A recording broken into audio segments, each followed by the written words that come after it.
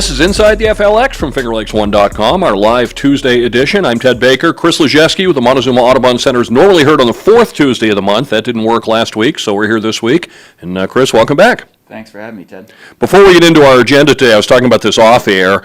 I have my Merlin Bird app, and for those who don't have it, it's a great tool for identifying birds, and it now has the ability to do so by song, and it's very sensitive and very accurate. You just hold it up and you hear all those little tweets and find out who they are. And this time of year, with all the breeding activity going on in forests and wetland habitats, it's a very helpful tool to help people find the birds, identify the birds that are in those habitats. A lot of times you hear the birds, you don't see them with all the foliage on the trees and the vegetation, so a very useful tool. It's a free app people can download.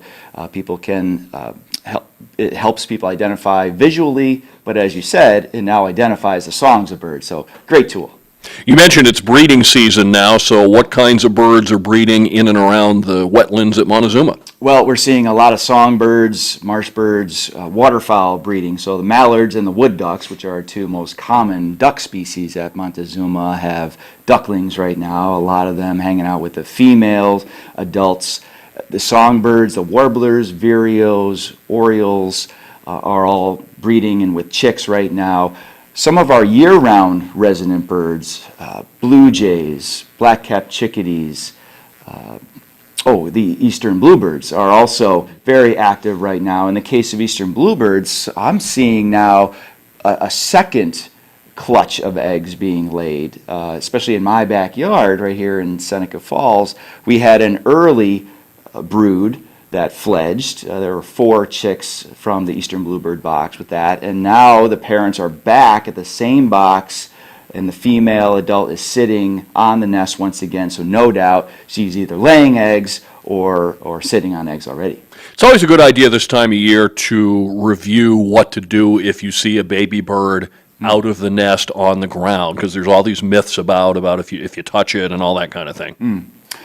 That's right, and this time of year with all the chicks being out, it is best to look for a nest nearby. If you see a chick on the ground, there's probably a nest nearby, and it is a myth that the parents will not take care of the chick if you touch it.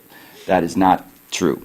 So go ahead, look for a nest, place it very carefully if you can, back up in the nest. It's likely that the adults are still nearby and will take care of that chick. And very often it was a first attempt to fly or something that didn't work out, and if you put them back, they'll be fine. That's right, and the parents will continue to feed it insects, and it'll be just fine. Our species spotlight this month, this is great, it's one of my favorites, is the pied-billed grebe. The first time I ever saw one was at the camp in northern New Hampshire, where we go every August.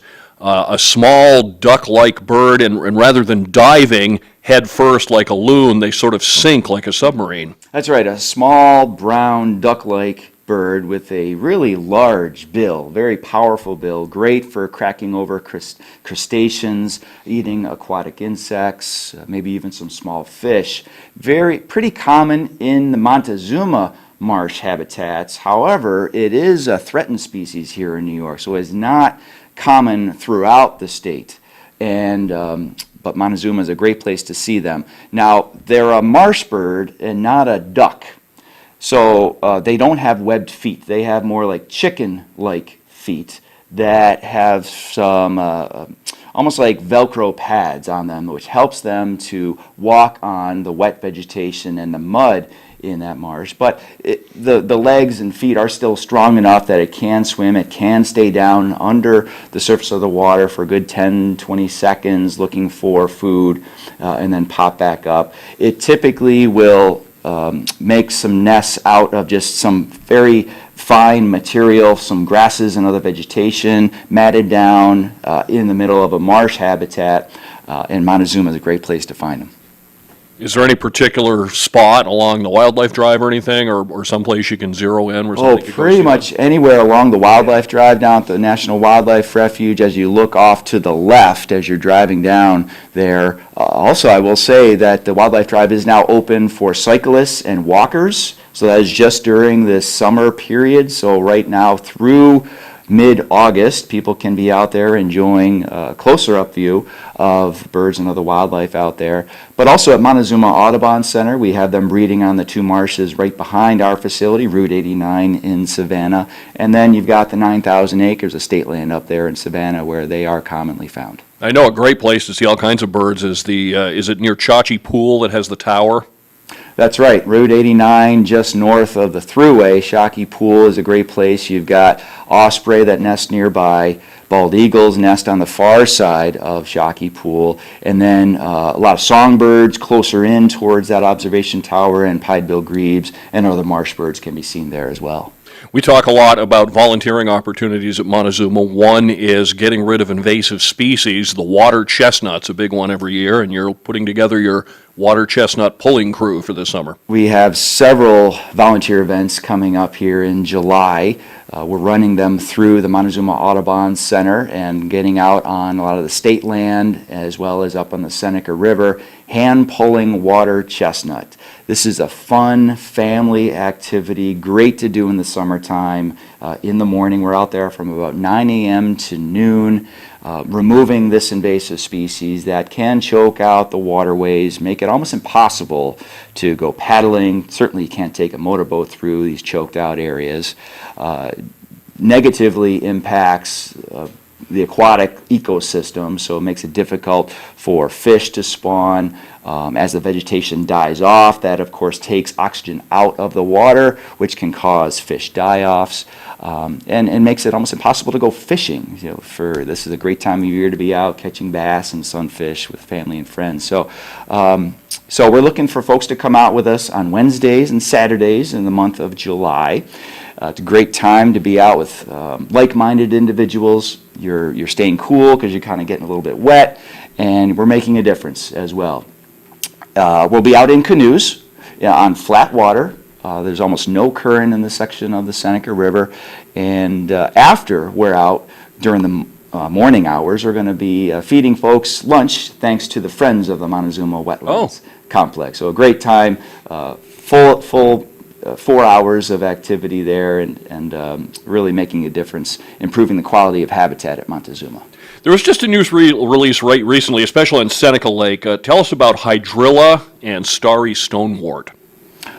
Well, the hydrilla is something that we've been keeping an eye on at the Montezuma Wetlands Complex because it has been identified in Cayuga Lake, and it is being treated down in the lake as well. So we've been monitoring the northern section of Cayuga Lake, pretty much around the Mud Lock area, right at the tip of Cayuga Lake. We've been out there for several years with volunteers, throwing these specialized rakes into the water. It's a simple rake, but it's special, so we throw it and haul it back in and sift through all the vegetation that we pull in there, and have not found the hydrilla there. That's a great thing. And we're also monitoring it when we are pulling water chestnut up in the Seneca River, the Clyde River, and other areas up in Montezuma. So that is an invasive species that can, again, choke out waterways, and we're going to keep up on top of that.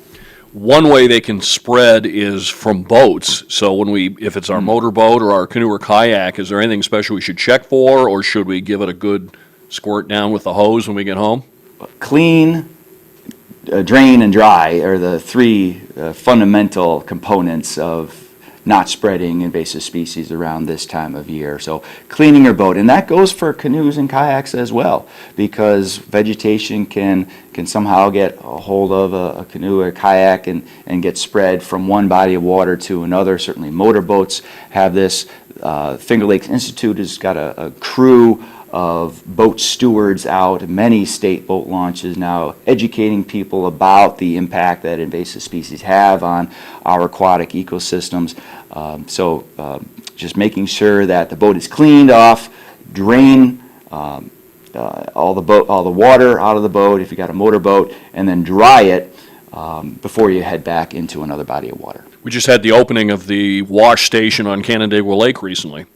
Yeah. So it's something now that we have to keep an eye on. Invasive species are a problem throughout the Finger Lakes region. We have that problem at Montezuma as well. And fortunately, at Montezuma, we have an army of volunteers that help us. Right now, I've already got 10 volunteers signed up for tomorrow's water chestnut pull, so I expect a few more people are going to join us. We can take about 16 people out on the water, and like I said, great opportunity to be out paddling. We provide all the gear, the tandem canoes, the life jackets and paddles, the bags that we're going to be using to hand pull the water chestnut.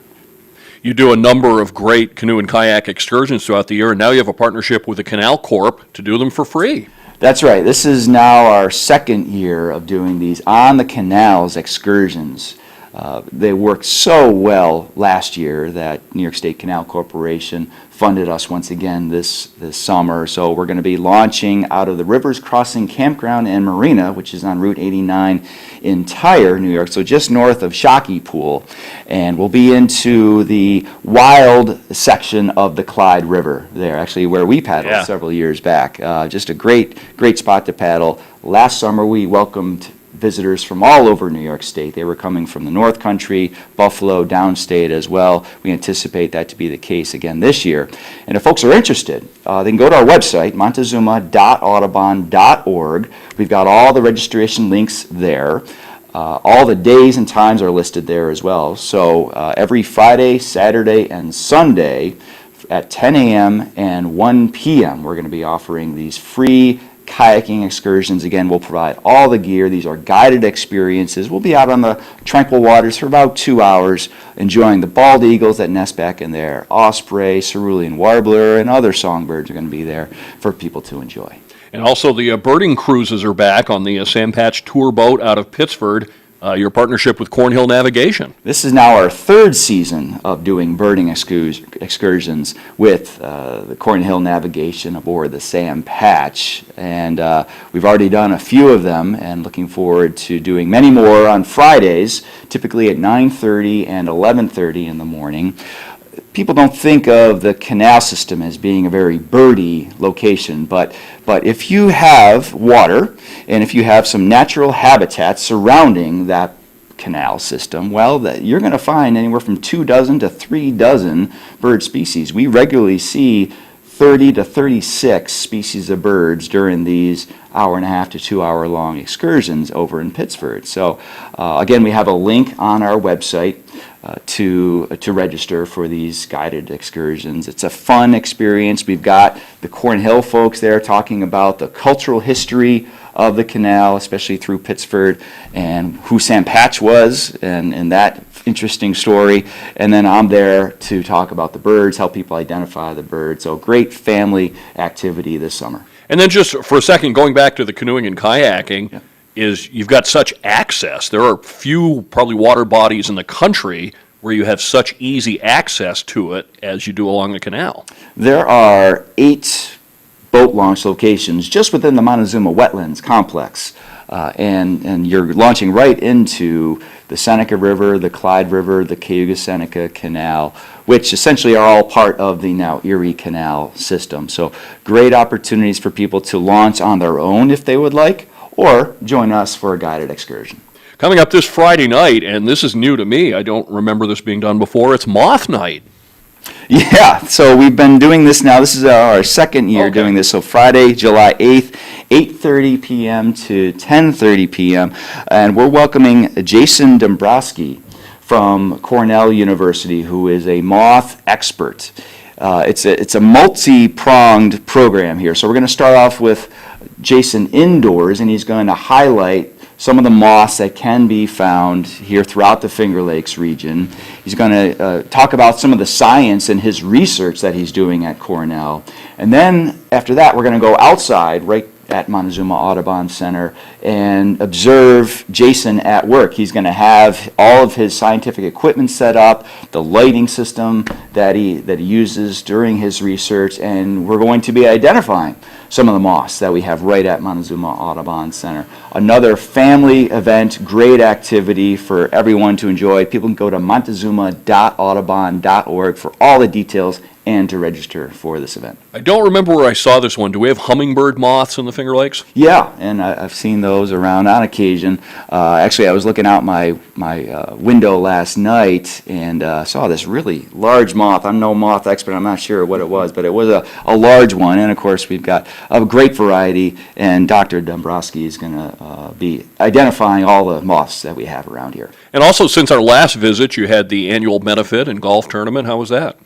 Great success over at Wayne Hills Country Club back in mid-June. We had a great turnout, a great number of sponsorships that were helping to support our bird conservation work, habitat restoration projects. A lot of people who came back again from previous years, and a lot of new faces joined us on the golf course, and then we had some great food. We raised a lot of money. About $16,000 was raised for bird conservation, habitat restoration, and the environmental education programs that we do at Montezuma Audubon Center. All right, Chris, thanks for your time as always. Good luck pulling out those water chestnuts and more great partnerships this summer as always. We appreciate your time. Thank you very much, Ted. And again, just a reminder, Chris is normally heard on the fourth Tuesday of the month, so he'll be back with us on the fourth Tuesday in July in just a few weeks. Coming up, we have requests out to about 80 people, I think, for podcasts. So now that the fifth or the fourth is over, we'll start getting some of those lined up. So many more to come. Nate Sharman is our producer today with the help from our intern, Caleb. I'm Ted Baker. Thanks for watching on FingerLakes1.com.